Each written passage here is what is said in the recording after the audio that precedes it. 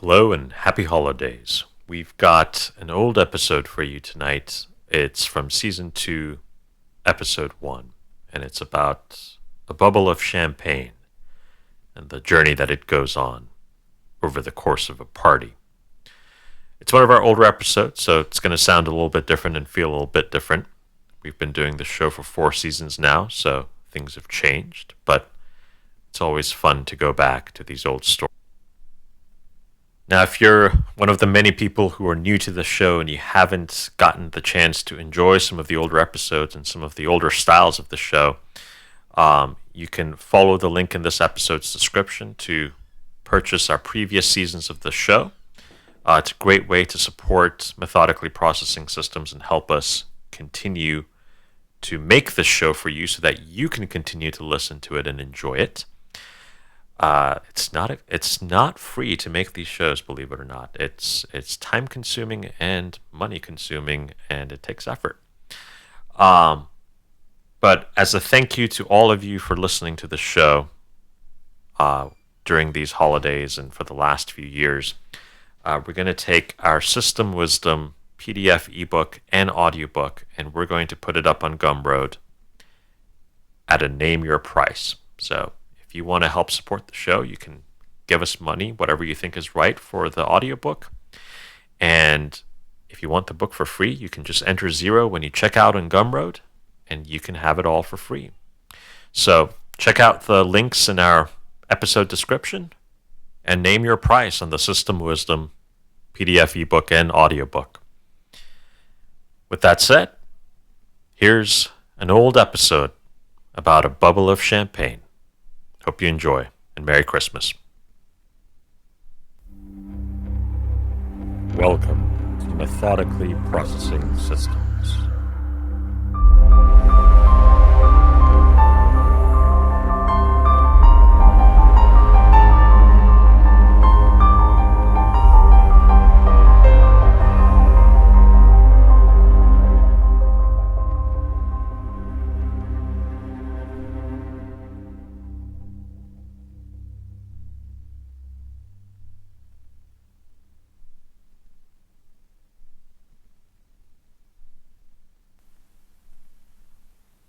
Imagine for a minute that you find yourself at a fancy party. The kind of party where there's classy music in the background and champagne being served, and everyone who's anyone is at the party. Of course, you're going to be bored at this party, and you find yourself noticing a column of bubbles in the champagne glass. And you just kind of watch these bubbles rising up in a single column from the bottom of the glass to the top of the champagne. And of course, given how bored you are at this fancy party, as you should be, you notice that the bubbles are all rising from one single point in the glass, and they rise up in a column, accelerating as they get closer and closer to the top of the liquid. A few years ago, you would have died of boredom as you watched these champagne bubbles rise and rise in a single column. But you are a modern human being, and so that means you can whip out your phone and start looking things up. You quickly learn that it's actually very difficult to have a bubble form inside of a liquid. The gases that are dissolved in the liquid need to form enough pressure to push against all of that water that's pushing back on them. And that's not an easy task for one tiny sparkle of a hope of a bubble. That little hope needs a little bit of help. Something like a piece of dust or an imperfection or a scratch inside of the glass. Of course, it's a fancy party, so the glasses don't have anything like dust inside of them because they've been scrubbed to death and back over and over again. But on the other hand, those clever people who make fancy champagne glasses for fancy parties knew that this would be a problem. And so what they've done is basically etched a little tiny scratch at the very center bottom of the champagne glass. And this little scratch gives our hope of a bubble the chance it needs to form into an actual bubble. Once that bubble forms, it starts to rise because it's lighter than the liquid around it. That little bubble rises slowly at first, but it's got a secret hidden up its sleeves. Because you see, that little bubble is an imperfection in the liquid, all by itself. And so as it slowly rises, the other gases dissolved in the liquid latch on to this imperfection. It basically picks up other gases, and it gets bigger and bigger as it rises up. The bigger it gets, the more power it has to rise, and the faster and faster it starts to rise through the glass. Meanwhile, right behind it, at the bottom of the glass where that scratch is, other bubbles have started to form, and they start to rise, and they pick up more gases as they come up through the liquid. And that, you learn, is how you get that column of bubbles rising through the glass of champagne. Well, you're still at the fancy party, and you're still bored. Now what? In your deep spell of boredom at this fancy party with fancy drinks, fancy food, fancy people, fancy music, you notice something that reminds you a little bit of the column of bubbles inside of the champagne glass. You notice that most of the people in the party are in small pairs or even alone. But there's one group that's really, really big. And as time passes, that group seems to get bigger and bigger. Eventually, small pairs or individuals join up with this bigger group of people, having fancy conversation, no doubt. The bigger the group gets, the faster people seem to join it, like that bubble rising through the champagne glass. You pull up your phone and try to see if there's something else you can do, maybe with some of your other friends. But you quickly realize that every single person that you know is at this party. You just need to find them in this massive mansion that you found yourself in. But then you stop to think, it's really interesting, isn't it? This is the biggest party in the city. Most of the city is probably here right now.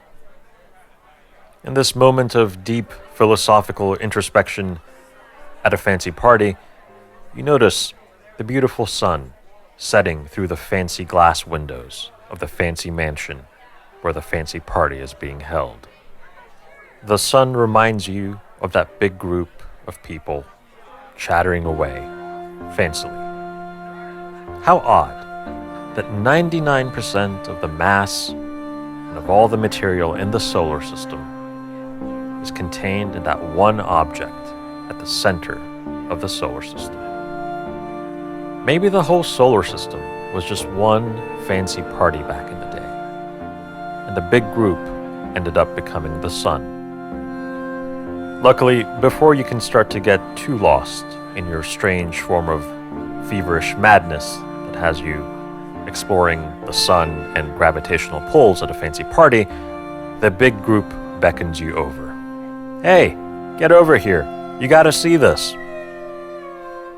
And you think to yourself, well, if that many people are interested in it, it's probably cool. So you join the big group. What you noticed inside the champagne glass, in the big group of people at the party, and at the center of our solar system with the sun, can be explained by a property of interconnected systems called preferential attachment. Preferential attachment is this idea that once something takes off or becomes successful, not only is it likely to stay that way, but it's likely to take off even more or grow even more successful. The mechanism behind this is actually fairly easy to understand. It's basically a simple loop. Once something takes off, it draws attention to itself.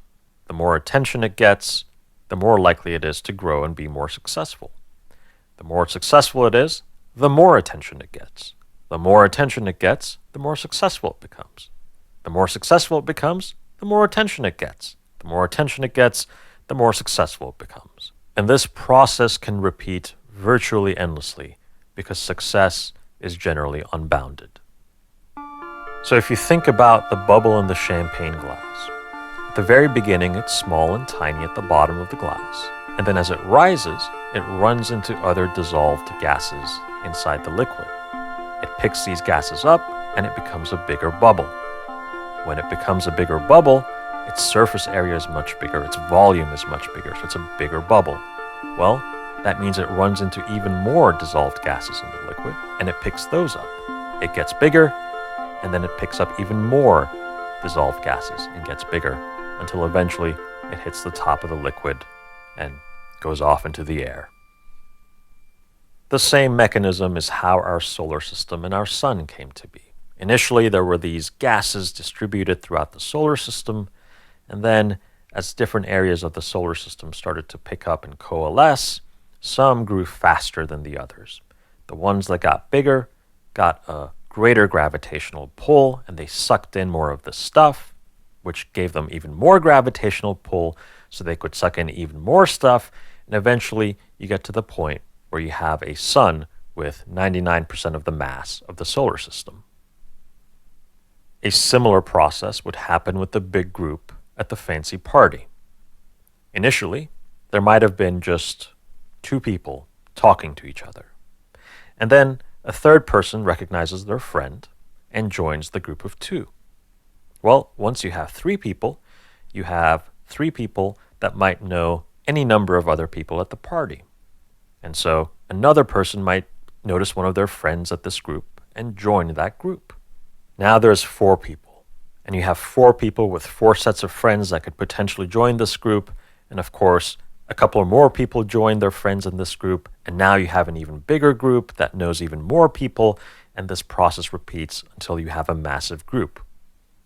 Eventually, you get to a point where the group is so big that even people that don't have any connection to this group might start joining in just to see what's going on. And because the group is made up of humans, the group can then even reach out and say, hey, you, come join us, right? And you will go join them. And you see this effect with humans on a global scale. Cities are a perfect example of this. Once a city becomes even remotely successful, it attracts more people. The more people come to the city, the more opportunities for the city to become successful. The more successful the city, the more people come to the city. And so as a city becomes more successful, its growth almost seems to accelerate.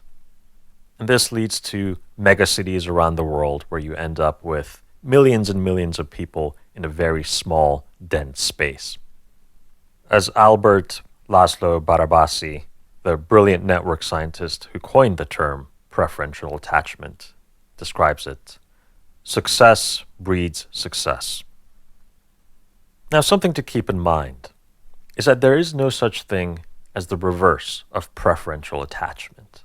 There is no such thing as preferential detachment. So if we go back to our group at the party example, if we have 5 people standing in a group and one of them leaves, it doesn't mean that the entire group is going to disband.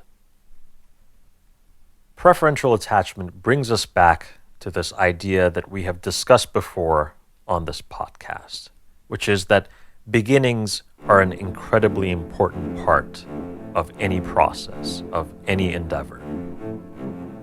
Not only do you have the most amount of options at your disposal at the beginning of an endeavor, but the initial momentum that your endeavor gets at the very beginning can determine how successful it's going to be. It's vital that you get that first success, no matter how small that success might be.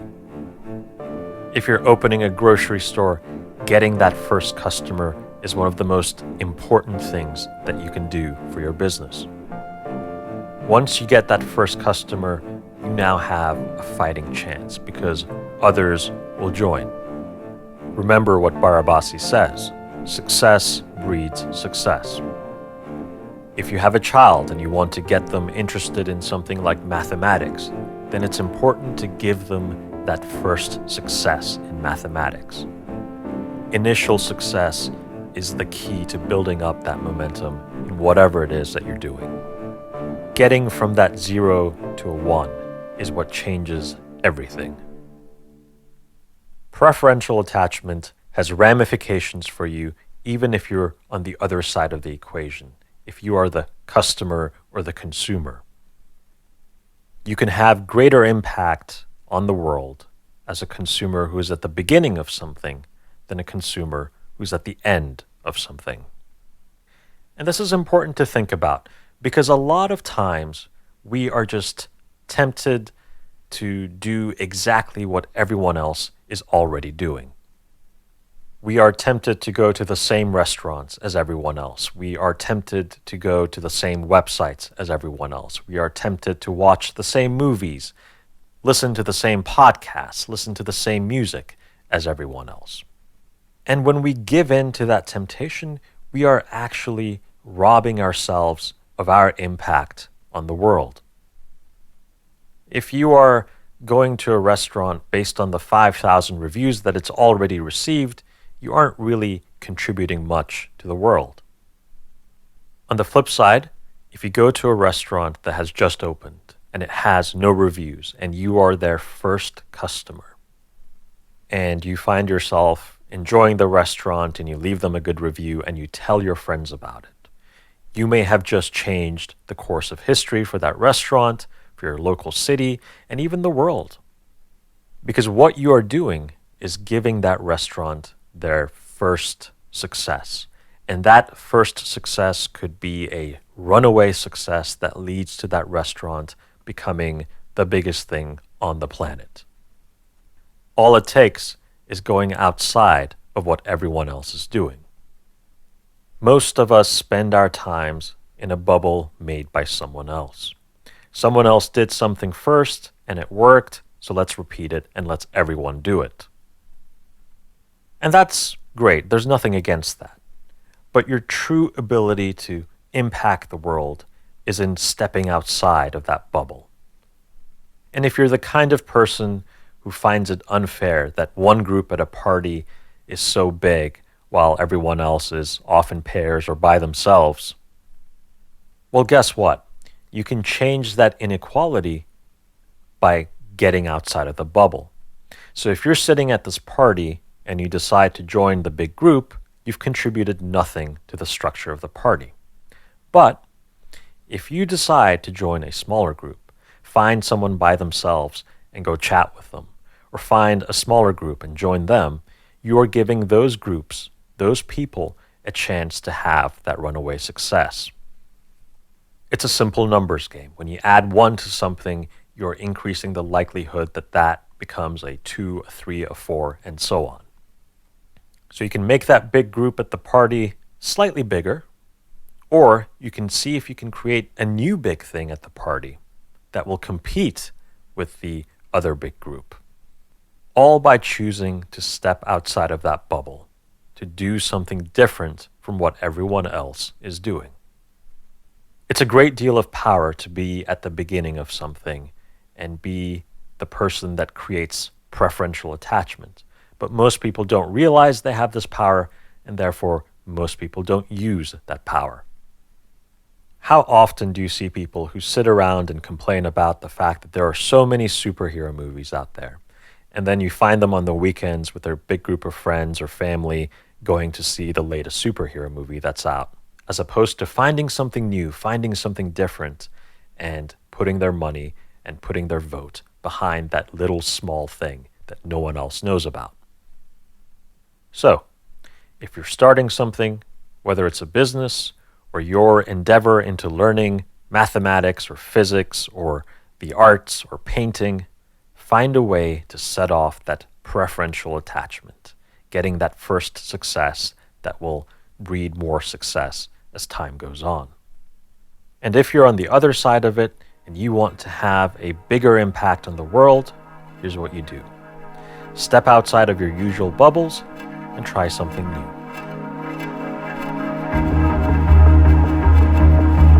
Thank you so much for listening to Methodically Processing Systems. If you enjoyed this show and you want to help it build up its preferential attachment, please consider going to iTunes, leaving us a good review, or share it with your friends and family who you think would enjoy these shows. Thank you so much.